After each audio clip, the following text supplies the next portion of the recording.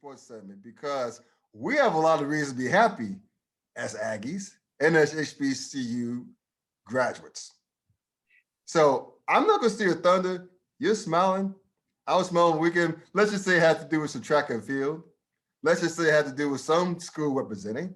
And let's just say this, it's about one school represented. So Dwayne, take it away. I'm feeling some bits and pieces, but I'm gonna let you have your shine. I'm so glad I went to A&T. But I'll say this, right? Now, I'm always proud of my institution. Win, lose, or draw, it doesn't matter, right? Mm-hmm. And then also, let me preface what I'm going to say with this. Congratulations to the 36 individuals that made their way to Eugene to compete for national championships. Those that competed in the semis and those that reached into the finals to attempt to win a national championship. With that said, of all of the student athletes that made it to the finals, the majority of them came from North Carolina A&T, with the exception of 3 that will be Deshaun Sloan from Prairie View A&M. Actually 4. Deshaun Sloan from Prairie View, Joseph Amoa from Coppin State, Kenneth Preed from Texas Southern, and Relazon Bluefield from Tennessee State. So those are the only ones that were not Aggies that competed in their respective sport, in respective event in the finals. But A&T walked away with several national championships and actually scored enough points in both the men's and women's to be ranked as high or as low as 4th in each sex. And I'll get to that in just a moment. Now, on the women's side,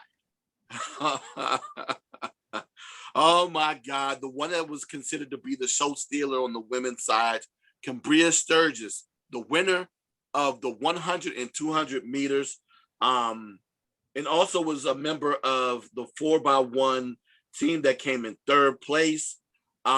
Sturgis's 200-meter time of 22:12 on Saturday was the 4th fastest time in NCAA history.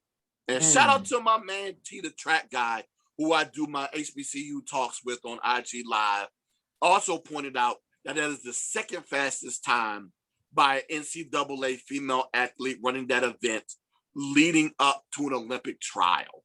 That was also huge. Yeah. And also, Sturgis is the first female athlete to win both the 100 and 200 meters since Oregon's Ariana Washington did it in 2016.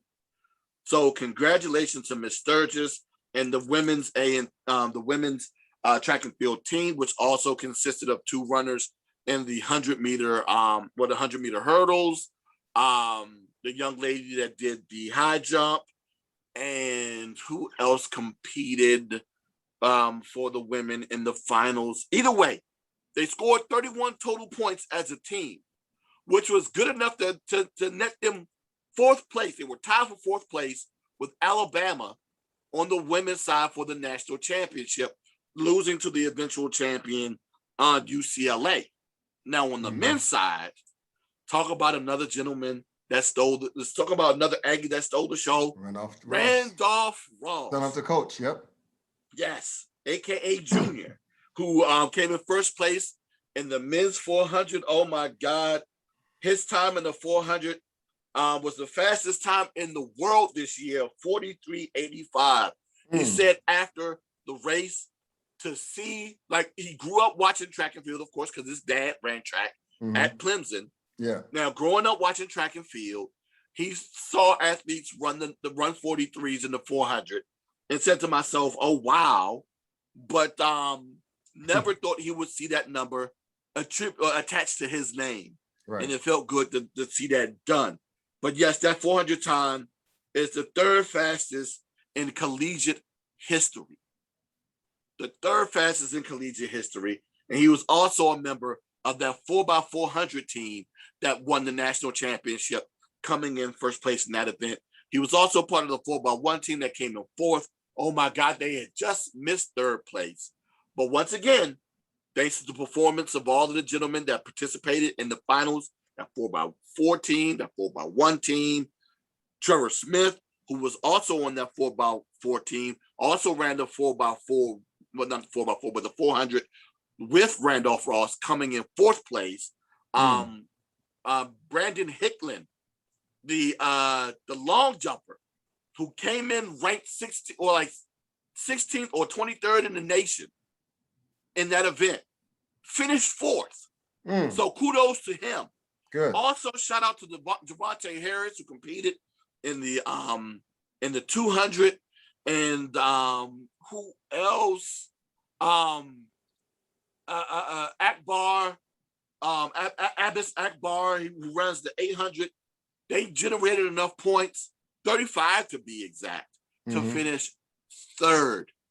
A&T, that small school in Greensboro, North Carolina, finished in third place as a team in the outdoor track and field national championship. So not only did they walk away with individual champions on both sides, the men and the women, they came in third and fourth respectively in the men's and women's as a team. This is the highest that a men's program has finished on the Division I level. I had to make sure I get that right before my man T, the track guy out of St. Augustine, corrects me, because of course St. Aug has 39 combined national championships. Yeah, they're great in track. Indoor, yes, in indoor and outdoor. Yeah. Yes. Yeah, so they had the 39 total in indoor and outdoor track and field, and they've been doing it on the D2 level, but this is the highest that any program, actually male or female, has finished on a Division I level. So kudos out to them. Kudos out to Coach Dwayne Ross, who was named National Coach of the Year. And of course, with all of the All-Americans that have been named from the program as well. And to all of the Aggies that will be competing, I think it's this weekend, in the Olympic trials in their respective events. It's going to be, oh my God, for everyone who was beaming on the HBCU world and to HBCU fans. Shout out to the HBCU fans who didn't go to HBCUs, including my man Jacquez Green that follows me on Twitter. Yes, that Jacquez Green from the University of Florida, who shouted out North Carolina A&T and talked about how great of a job that they did. Oddly enough, sorry, Jacquez, this ain't directed towards you, but can you tell me the team that A&T, the men, beat out on the men's side to finish third? You asking me or just? I'm asking you. I'm guessing Florida, Alabama, one of the SEC schools.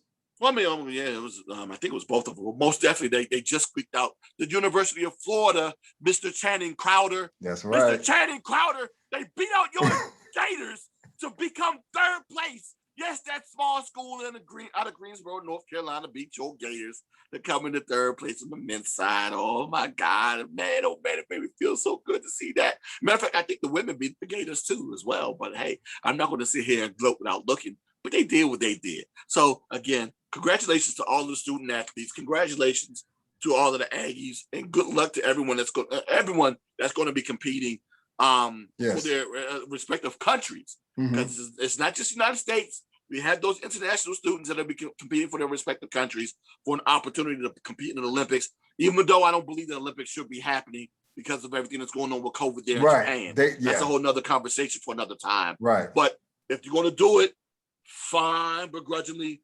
I'm hoping that you guys do well so you can go and compete for your respective